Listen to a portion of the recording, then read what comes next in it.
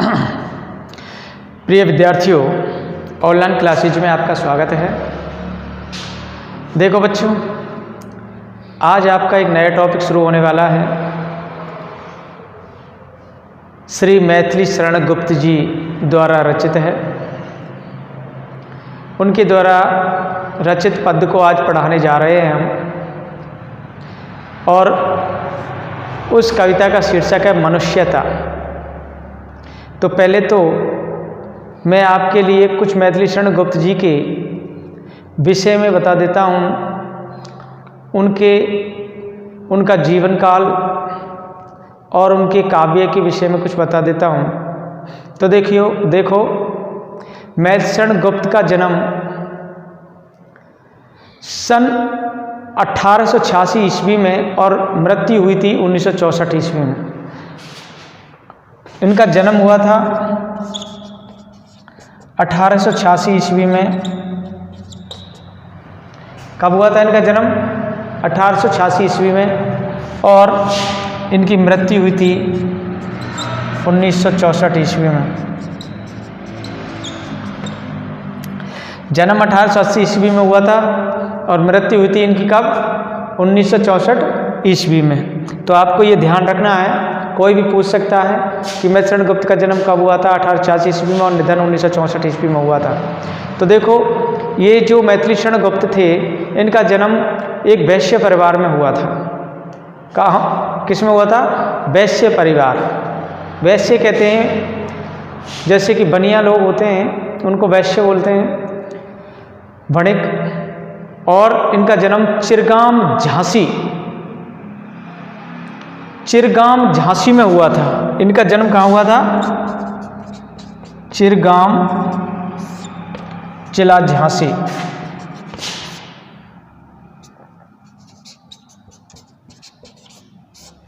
अब ये बताओ, ये चिरगाम जिला झांसी पड़ता है उत्तर प्रदेश में।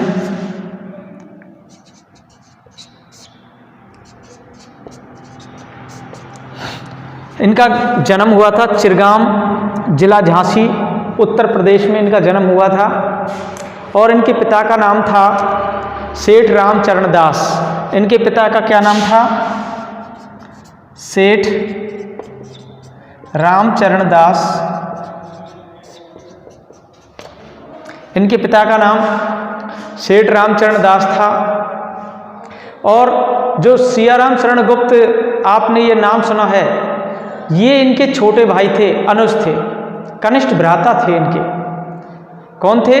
इनके छोटे भाई, कनिष्ठ भ्राता थे सियाराम शरण गुप्त। आपने खूब नाम सुना होगा वैसे तो सियाराम शरण गुप्त का। देखो, सियाराम शरण गुप्त ये कनिष्ठ भ्राता थे। कौन थे? कनिष्ठ भ्राता। किसके? मैथिली शरण गुप्त के कनिष्ठ भ्राता थे। और देखो, इन्होंने घर पर ही बंगाली, मराठी और संस्कृत भाषाओं का ज्ञान कर लिया था। घर पर बंगाली, मराठी और संस्कृत, इन भाषाओं को ज्ञान घर पर ही कर लिया था। बंगाली, मराठी और संस्कृत।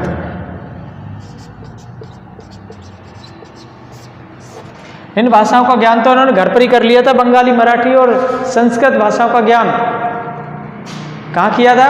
घर पर। और महावीर प्रसाद द्विवेदी के संपर्क में आए थे, तो इनको एक काव्य सृजन की प्रेरणा भी मिली थी। महावीर प्रसाद द्विवेदी के जब इस संपर्क में आए तो इनको काव्य सृजन की प्रेरणा मिली थी, काव्य लिखने की प्रेरणा मिली थी, कि इन्होंने अपनी रचना लिखना शुरू कर दी थी। कब? जब महावीर प्रसाद द्विवेदी के संपर्क में आए थे, तो उनसे ही प्रेरणा मिली थी।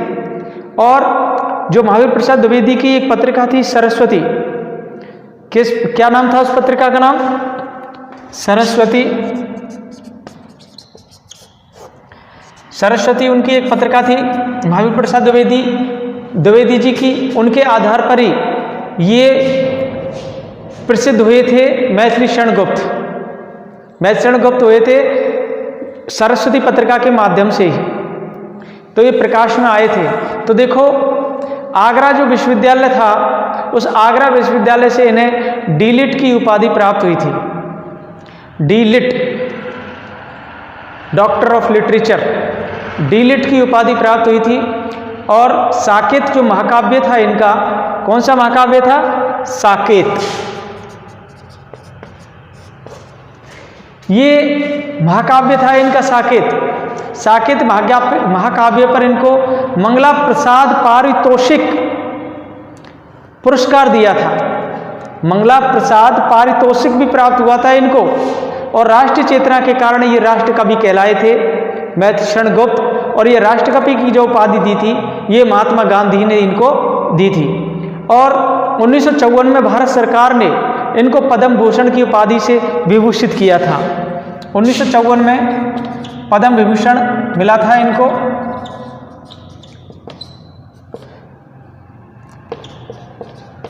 पद्म विभूषण की उपाधि से विभूषित किया था 1954 में। और डी.लिट की उपाधि भी इनको मिल चुकी थी। भारत सरकार ने पद्म भूषण की उपाधि दी थी। तो देखो, और जो इनको राष्ट्रकवि की उपाधि दी थी वो किसने दी थी? महात्मा गांधी ने इनको राष्ट्रकवि की उपाधि दी थी। और स्वतंत्रता के बाद ये 2 बार राज्यसभा के सदस्य भी मनोनीत कर लिए गए थे। राज्यसभा के मनोनीत कर लिए थे। 2 बार राज्यसभा के सदस्य बन गए थे, मनोनीत किए थे। और देखो, इनका व्यक्तित्व बहुत ही सरल और निश्चल था। इनका व्यक्तित्व कैसा था? इनका व्यक्तित्व बहुत ही सरल निश्चल था। इनमें सहिष्णुता, उदारता और भावुकता, ये 3 विशिष्ट गुण थे। सहिष्णुता, उदारता और भावुकता, ये 3 गुण थे। सहिष्णुता, उदारता और भावुकता, ये 3 गुण थे इनके।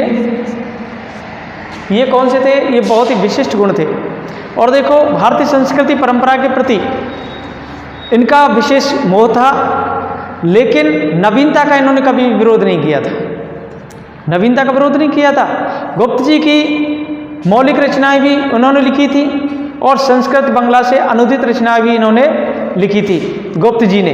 तो देखो, इनके जो मौलिक ग्रंथ थे जैसे रंग में भंग, जयद्रथ वध, भारत भारती, शकुंतला, किसान, झनकार, साकेत, यशोधरा, नहुस, विपथगा आदि इनके ये मौलिक ग्रंथ थे। इनके मौलिक ग्रंथ थे। और देखो, बंगला से अनुदित इनके कुछ ग्रंथ थे जैसे बृहणी ब्रजांगना, वीरांगना, मेघनाथ वध, प्लासी का युद्ध, ये क्या थे? ये बंगला से अनुदित थे। और देखो, संस्कृत से अनुदित इनके थे जैसे कि महाकवि भास का स्वप्न वासव दत्ता। महाकवि भास का कौन सा था? स्वप्न वासव दत्ता, अनग, चंद्रहास और तिलोत्तमा, ये गुप्त जी के पद्यबद्ध नाटक थे।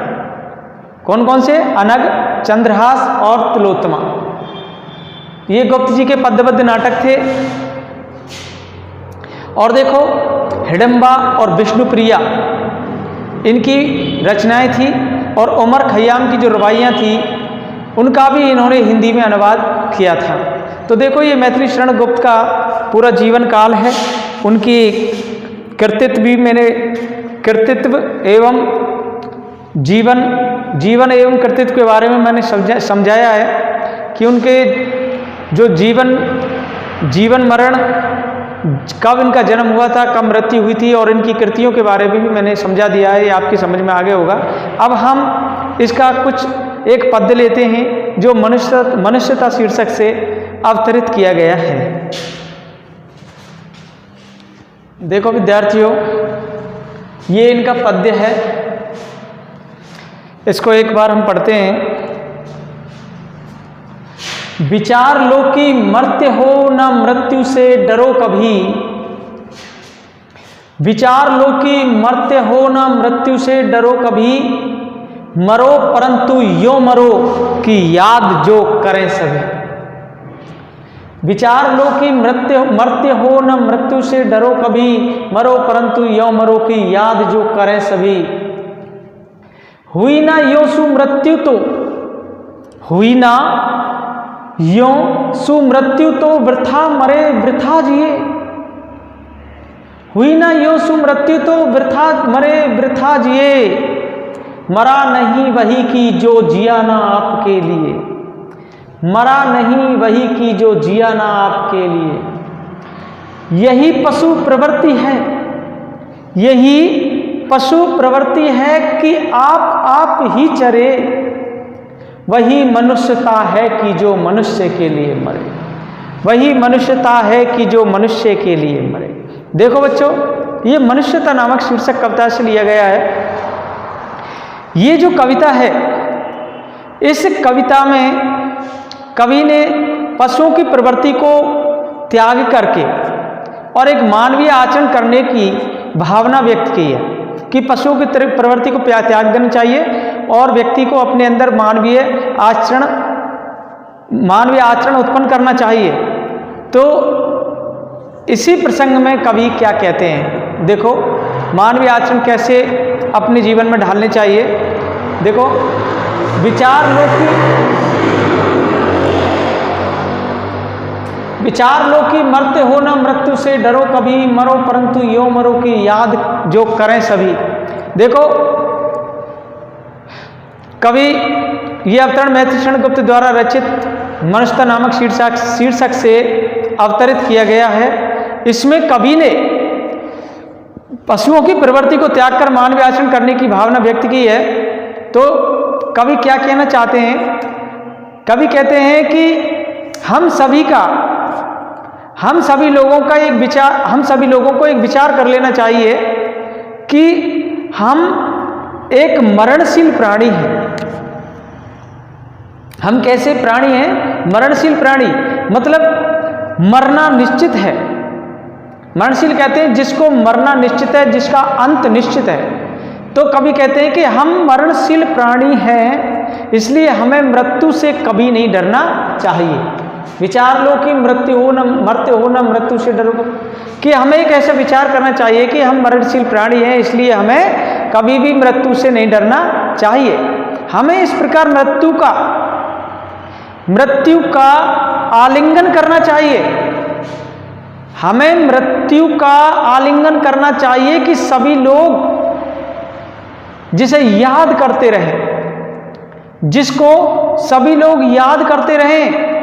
कहने का भाव ये कि जब इस विश्व में, इस दुनिया में, इस संसार में मनुष्य को एक दिन मरना ही है, तो उसे श्रेष्ठ मृत्यु का वर्ण क्यों नहीं करना चाहिए, जिससे कि उसका जो यश है, वैभव है, वो चारों ओर फैले और लोग उसे काफी दिनों तक, लंबे दिनों तक या लंबे समय तक लोग उन्हें याद करते रहे। इसलिए व्यक्ति को उस प्रकार से मरना चाहिए कि लोग उनके यश को चारों तरफ गाते रहें और लंबे समय तक उनका यश सारी दुनिया में फैलता रहे।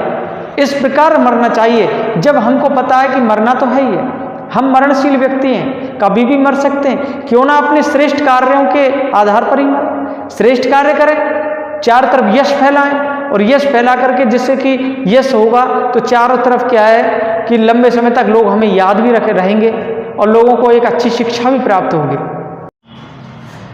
देखो, हुई ना यो सुमृत्यु तो वृथा मरे वृथा जिए। मरा नहीं वही की जो जिया ना आपके लिए। कवि कहते हैं कि जिस व्यक्ति को ऐसी श्रेष्ठ मृत्यु नहीं होती है, जिस व्यक्ति की एक अच्छी मृत्यु नहीं होती है, श्रेष्ठ मृत्यु नहीं होती है, उस व्यक्ति का मरना भी व्यर्थ ही है और जीना भी व्यर्थ है। मतलब जो व्यक्ति को श्रेष्ठ मृत्यु नहीं मिली उसका तो मरना भी व्यर्थ है और जन्म लेना भी व्यर्थ है। इस संसार में जन्म लेना ही बेकार है उसका। इस संसार में वही व्यक्ति मरा हुआ नहीं माना जाता है। इस संसार में देखो, मरा नहीं वही की जो जिया ना आपके लिए। इस संसार में वह व्यक्ति मरा हुआ नहीं माना जाता है। कौन सा? जो वह व्यक्ति मरा हुआ नहीं माना जाता है, अर्थात अमर हो जाता है, जो कि उसके लिए, दूसरों के लिए, जो कि अपने लिए नहीं, दूसरों के लिए परोपकार की भावना रखता है, दूसरों के लिए अपने प्राणों को उत्सर्ग कर देता है, दूसरों के लिए प्राण धारण करता है, वह ऐसा व्यक्ति कभी मरा हुआ नहीं समझा जाता है, वो अमर हो जाता है। यही पशु प्रवृत्ति है कि आप ही चरे, वही मनुष्य है कि जो मनुष्य के लिए मरे। देखो, कभी कहते हैं कि जो व्यक्ति संसार में केवल अपने पेट की खातिर, अपने स्वार्थ की खातिर, स्वार्थ की पूर्ति के लिए जीवित रहता है, जो व्यक्ति अपने पेट के लिए, अपने स्वार्थ की पूर्ति के लिए जीवित रहता है, वह व्यक्ति अपने पेट की चिंता करने वाले पशुओं के समान ही माना जाता है। वे केवल पशुओं के समान ही माना जाएगा। जो केवल पेट भरना जानता है, अपना स्वार्थ की पूर्ति करना जानता है, वो कैसा कहलाएगा? एक पशु प्रवृत्ति का व्यक्ति कहलाएगा। और उसके आचरण को पशु प्रवृत्ति, पशु की प्रवृत्ति जैसा ही माना जाएगा। तो वास्तविक मनुष्य वही होता है जो मनुष्य के लिए मरता है। वास्तविक मनुष्य कौन होता है? जो मनुष्य के लिए मरता है, मनुष्यता का आचरण करता है, मानवीय आचरण करता है, मानवीय भावों के लिए अपने जीवन को कुर्बान कर देता है, समर्पित कर देता है, वही मनुष्य कहलाता है। जिसमें मानवीय गुण होते हैं, मनुष्यता की भावना होती है, वो मनुष्य कहलाएगा। जिसमें पशुओं की सी प्रवृत्ति हो, वो कोई मनुष्य थोड़ी कहलाएगा। उसका तो जीना मरना व्यर्थ ही है। इसलिए मैत्रेय गुप्त ने यही कहा है कि मनुष्य होता है एक मर्त्य प्राणी होता है। उसका अंत आना बहुत जरूरी है, क्योंकि जिसका अंत आ रहा है और वो मरणशील व्यक्ति है, तो उस मृत्यु से क्यों डरे? अगर उसको डरने की कोई जरूरत नहीं है, उसको परोपकार की भावना करते रहना चाहिए, दूसरों के लिए, दूसरों के हित की भावना करनी चाहिए, जिससे कि वो दूसरों के काम आते हुए अगर मर जाता है तो वो अमर हो जाता है, वो मरा हुआ नहीं समझा जाता है। तो देखो, कवि का इसमें मानवतावादी चिंतन व्यक्त हुआ है और मानव की स्वार्थी प्रवृत्ति पर तीखा व्यंग्य भी किया है इन्होंने। इसमें अनुप्रास, पुनरुक्ति प्रकाश आदि अलंकारों का भी प्रयोग किया गया है। धन्यवाद।